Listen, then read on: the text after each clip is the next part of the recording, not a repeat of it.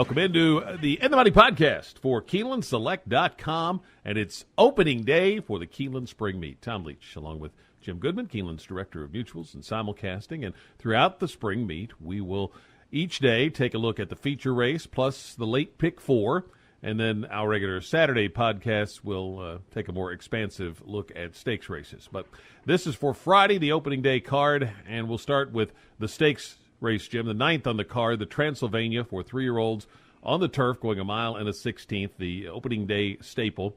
And you've got a couple of Chad Browns in here. Shug's got a horse coming in off a maiden win. Typically tough handicapping challenge for a Keeneland stake. Who'd you like? Have we ever had a race in the last few months that doesn't have a Chad Brown coming in for a turf race? Yeah.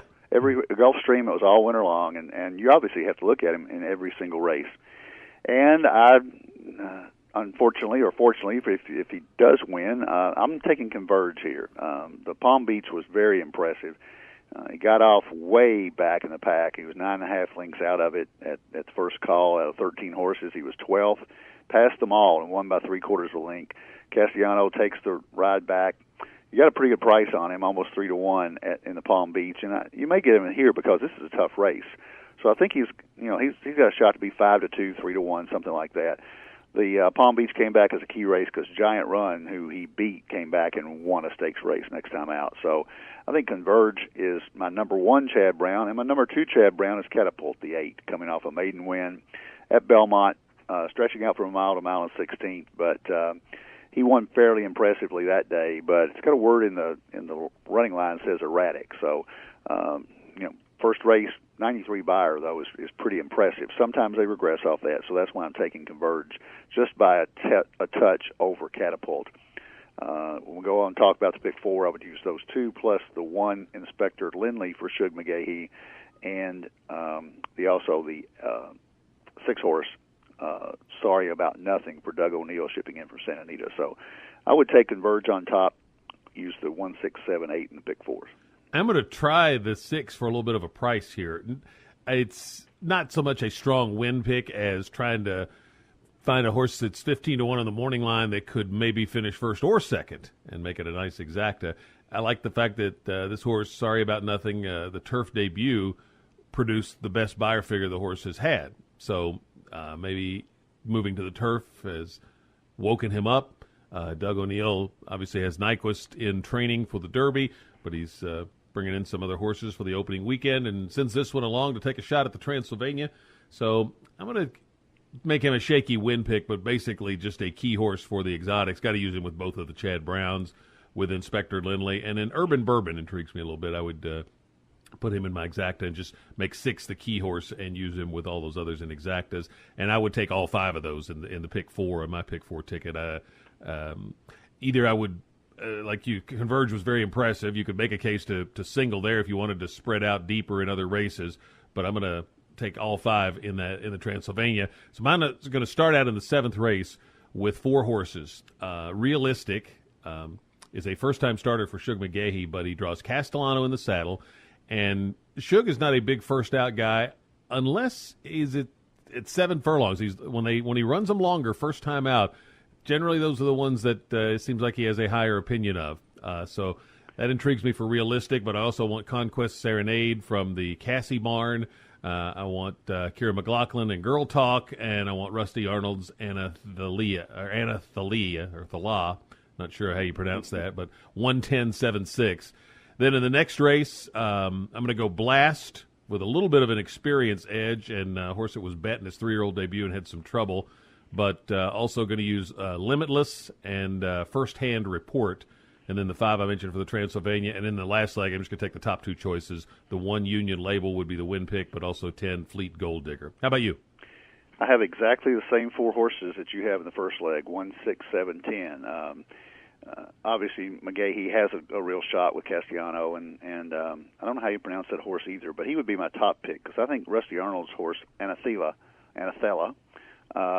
ran behind Paola Queen, who came back and ran pretty well in a maiden special weight over the weekend at Gulfstream, and then had a lot of trouble. So he was bumped at the start, 3 wide in the turn, got beat by 5 lengths, so I think he's got a chance to move up. Girl Talk for Kira McLaughlin, first-time starter with Johnny Velasquez, and Kieran is 22% first-time starters. And I would use Conquest Serenade second time for Mark Casse with Lescano. So I think that one, 1, 6, 7, 10, you ought to be good getting to the second leg. Second leg, I'm going to do 2 tickets. I'm going to do on 1 ticket, I am going to single Limitless because she was ultra impressive in that fairgrounds race. I had her that day with Giroux, and she was even money, and she was no secret. She got out by 3.5 and just coasted and was much, much better than the rest of the field and could have won by much, much more. So I'm going to single Limitless on 1 ticket, and then on the other ticket, I'm going to go all. So first 2 legs, 1, 6, 7, 10 with 8, then 1, 6, 7, 10 with all. And then I'm going to flip them in the next leg. I'm going to single on the all ticket. I'm going to single the 7-horse Converge.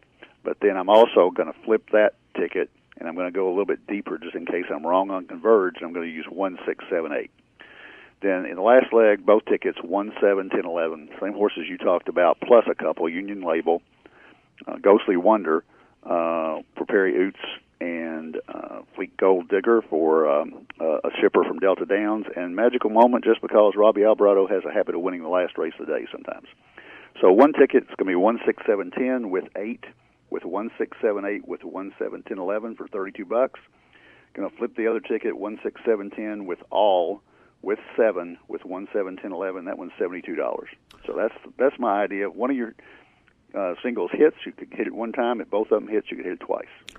A reminder for Saturday, and that is about the Bluegrass Big Apple Pick 4. It's a special wager that is being set up for the Madison and the Toyota Bluegrass here at Keeneland and the Bayshore and the Wood Memorial in New York. It's a separate wagering event, so you have to look for it. You go in the Keeneland Select screen or go to the teller at the Red Mile or Keeneland and tell them you want the Bluegrass Big Apple Pick 4. Starts about 4:45 with the Bayshore, and you have to pick the winners of those 4 races for a special Pick 4 apart from the regular Pick 4 in the last 4 races of the card every day at Keeneland. So it's a special wager to incorporate the big racing cards in New York and Kentucky together. And if you make this wager through Keeneland Select, there's a chance to win 25,000 bonus points. It's a hit it and split it deal. So if you're the only one that hits, you get all 25,000. If there are 2 of you, you each get 12,500, etc. So check that out at KeenelandSelect.com. Make sure your Keeneland Select account stays funded for the spring meet so you can take advantage of opportunities when you're not at the track. Also, if you can't get out to Keeneland, remember you can go wager via the simulcasting facility at the Red Mile in downtown Lexington. So if you're working downtown, can't get out to the track, you can just swing by the Red Mile and get your Keeneland bets down. Or, again, KeenelandSelect.com is another option. Lots of ways to play the great racing for this spring at Keeneland. For Jim Goodman, I'm Tom Leach, and that's the In the Money Podcast.